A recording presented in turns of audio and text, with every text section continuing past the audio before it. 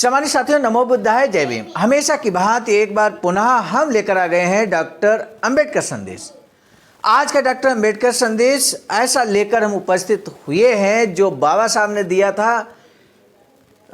जो छात्रावास में छात्र रहते थे उनको एक बड़ा संदेश दिया था।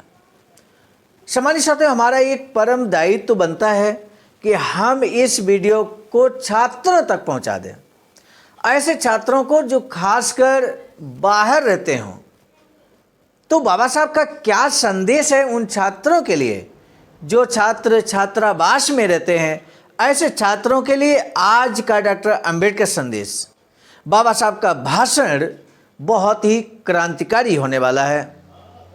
ये स्पीच बाबा साहब ने दिया है अप्रैल 1933 में। 4 अप्रैल 1933 का ये भाषण है, 2 अप्रैल 1933 का भाषण है बाबा साहब का, जो लेकर आज हम उपस्थित हो चुके हैं स्थान Buddha Bodhisattva Ambedkar international centre BBIC, Sarnath, Varanasi, राज्य उत्तर प्रदेश, देश भारत के सौजन्य से। विषय है छात्रावस्था में ही अपनी योग्यता बढ़ाएं। इस विषय पर बाबा साहब का क्रांतिकारी भाषण हम सुनाएंगे आपको। छात्रावस्था में ही अपनी योग्यता बढ़ाएं, ये बात बाबा साहब कहते हैं।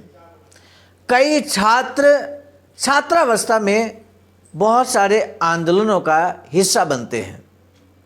सम्मानित साथियों, आज ऐसे छात्रों के लिए बेहद उपयोगी ये स्पीच है। आज का डॉक्टर अंबेडकर संदेश ऐसे छात्रों के लिए जो छात्रावस्था में, स्टूडेंट लाइफ में आंदोलन में कूद पड़ते हैं। बाबा साहब का क्या विचार है ऐसे छात्रों के लिए। आज का डॉक्टर अंबेडकर संदेश, यदि आप वास्तव में जानना चाहते हैं कि बाबा साहब ने छात्रों के लिए क्या महत्वपूर्ण बात कही है, तो ऐसे में आज का डॉक्टर अंबेडकर संदेश आपको अंत तक जरूर बात करना चाहिए और साथ ही साथ सभी छात्रों तक ये वीडियो जरूर शेयर कर देना चाहिए। तो आइए अब हम शुरू करेंगे सीधे बाबा साहब का ये स्पीच जो बाबा साहब ने छात्रावास में छात्रों के लिए संबोधित किया था रविवार दिनांक 2 अप्रैल 1933 के दिन। सुबह 10 बजे मुंबई से दलित नेता बाबा साहब डॉक्टर भीमराव अंबेडकर बार एट लॉ आए।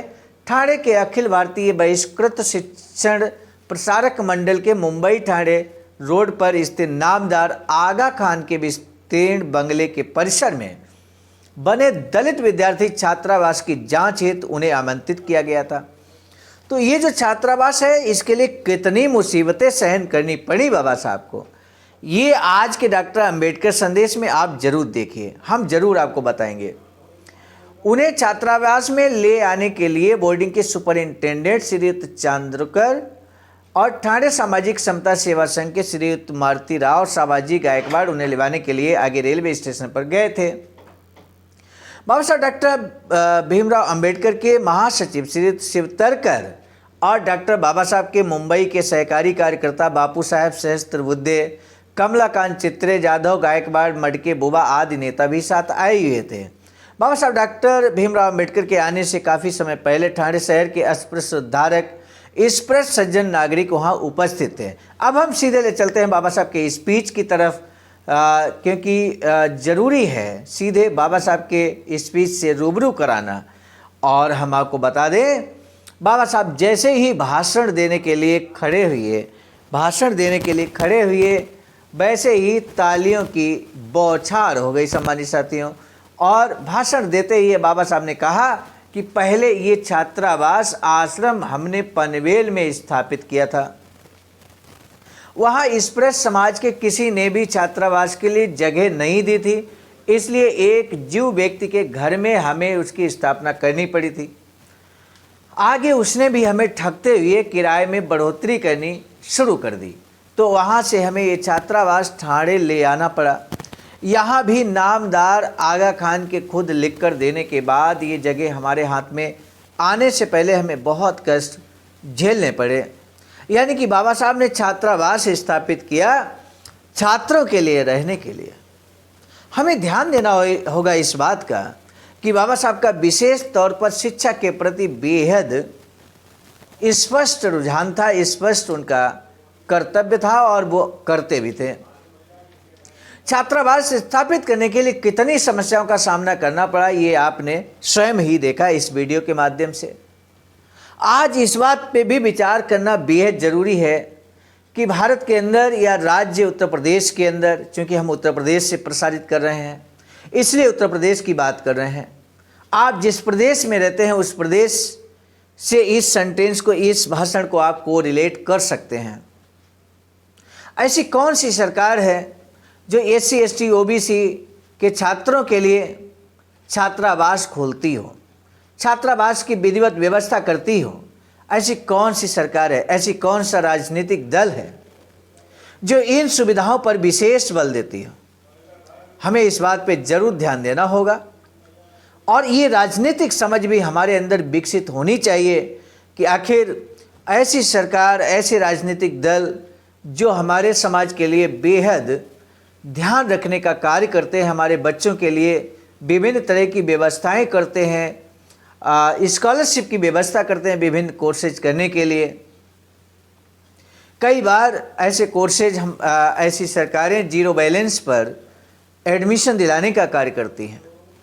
कई सरकारें ऐसी होती हैं जो जीरो बैलेंस को ख़त्म करके पूरी फीस वसूलने का काम करती हैं। इन सब चीज़ों पर हमें एक राजनीतिक समझ डेवलप करनी चाहिए और उस राजनीतिक समझ के सहारे आपको अपनी राजनीतिक सत्ता स्थापित करनी चाहिए। ये संदेश भी तो निकल कर यहाँ से आ रहा है।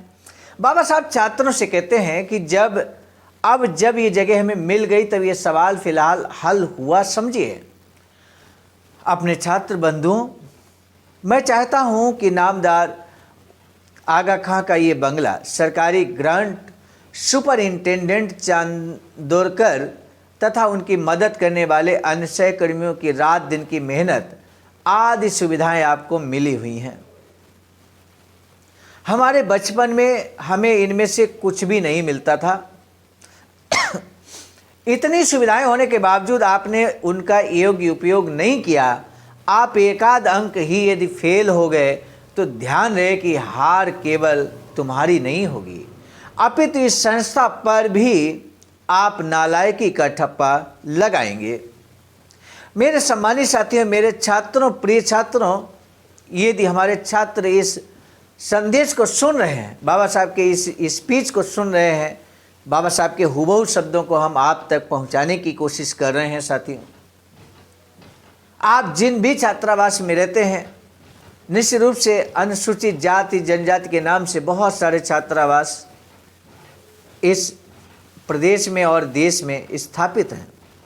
उन छात्रों से खास कर मुझे ये कहना है कि आप यदि असफल होते हैं, देखिए असफलता जीवन में आती है, लेकिन असफलता के क्या कारण हैं इन पर भी तो चिंतन होना जरूरी है और उन बिंदुओं को ट्रेस कीजिए कि आखिर किस वजह से आप असफल हुए।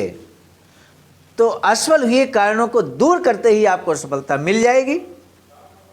इसलिए आपको हर संभव प्रयास करके सफलता हासिल करनी होगी और सफलता हासिल करके निश्चित रूप से आप बाबा साहब का नाम रोशन करेंगे।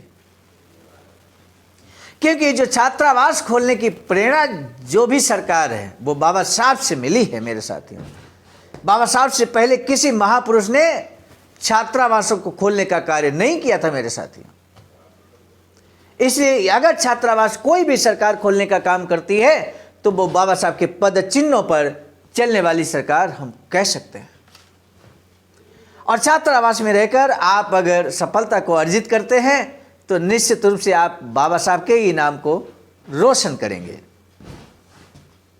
सामान्य साथियों, मैं व्यक्तिगत अगर बात करूं तो मैंने भी 4 साल अपना छात्र जीवन छात्रावास में बिताया है सम्मानित साथियों,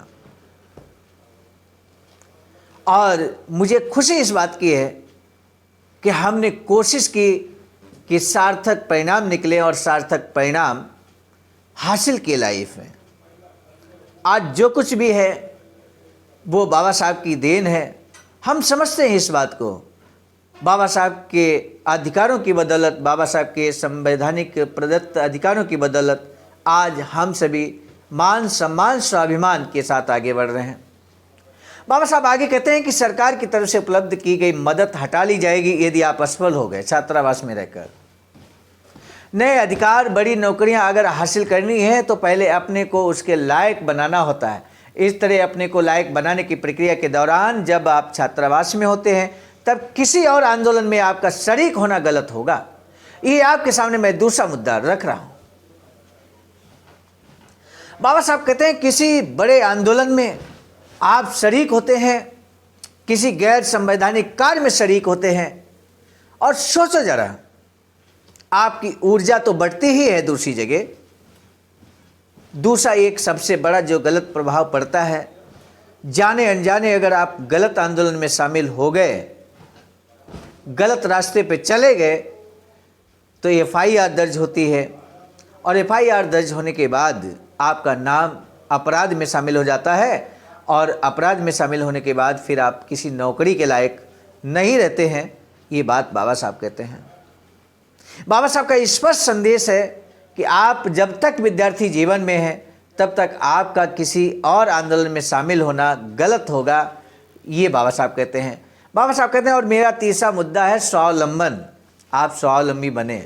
यहाँ आपकी आर्थिक मदद के लिए शहर के अमीर लोगों को हम बुलाएंगे, लेकिन महत्वपूर्ण बात यह है कि आप अपने भाई बंद और आपके जात भाई जब तक इस बात का निश्चय कर नहीं जुट जाते कि जो हो सो हो, हमें तो आगे निकल जाना ही है, रोज़मर्रा के जीवन में जब तक इस निश्चय पर आप अमल नहीं करते, आगे निकलने की कंपटीशन होनी चाहिए, प्रतिस्पर्धा होनी चाहिए, बाबा साहब कहते हैं, तब आपको अपने उद्देश्यों में सफलता हासिल नहीं होगी। तब तक जब तक आप आगे निकलने की नहीं सोचेंगे, प्रतिस्पर्धा नहीं करेंगे, तब तक आपको अपने उद्देश्य में सफलता नहीं हासिल होगी। बाबा साहब कहते हैं मैं उम्मीद करता हूं कि इन सब बातों पर आप लोग गौर करेंगे और सफलता के मार्ग पर आगे चलकर कामयाबी हासिल करेंगे। इसी उम्मीद के साथ मैं अपनी बात यहीं पे समाप्त करता हूं। आज का पहला प्रश्न है सम्मानित साथियों, किसके बंगले में और किसके द्वारा छात्रावास की स्थापना की गई? बाबा साहब डॉक्टर भीमराव अम्बेडकर ने छात्रावास में छात्रों को क्या उपदेश दिया और वर्तमान में छात्र और छात्रावास पर विचार करें, अपने विचार दें। वर्तमान में क्या परिस्थितियां हैं छात्र और छात्रावास पर, ये जरूर आप कमेंट बॉक्स में लिखने का कष्ट करेंगे। आपका जवाब पाकर मुझे बहुत खुशी होती है।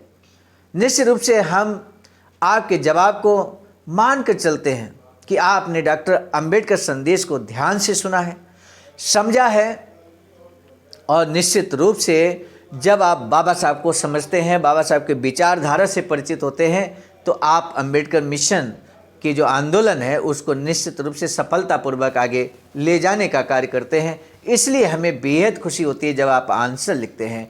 आज का डॉक्टर अंबेडकर संदेश समाप्त करने से पहले हम आपको बता दें, बाबा साहब की एक अधूरी इच्छा वैचारिकी सेंटर बनाने की थी, और ऐसा ही वैचारिकी सेंटर एक अखिल भारतीय अनुसूचित जाति जनजाति कर्मचारी कल्याण एसोसिएशन के नेतृत्व में यहाँ पर निर्माणाधीन है। सामान्य साथियों आप देख सकते हैं, और इस निर्माण प्रक्रिया में यदि आप भी अपना अमूल्य योगदान करना चाहते हैं तो आपका भी हार्दिक स्वागत है। इसमें अकाउंट नंबर IFC कोड बहुजन बोधि समाज संघर्ष समिति के नाम से अकाउंट है। आप अपना अमूल्य योगदान जरूर कर सकते हैं। आपका हार्दिक स्वागत, वंदन, अभिनंदन करते हुए हम आपको बता दें, आज का डॉक्टर अंबेडकर संदेश हम लेकर आए थे मिशन नायक बुद्ध मित्र मुसाफिर सर, राष्ट्रीय महासचिव आवाज का नई दिल्ली।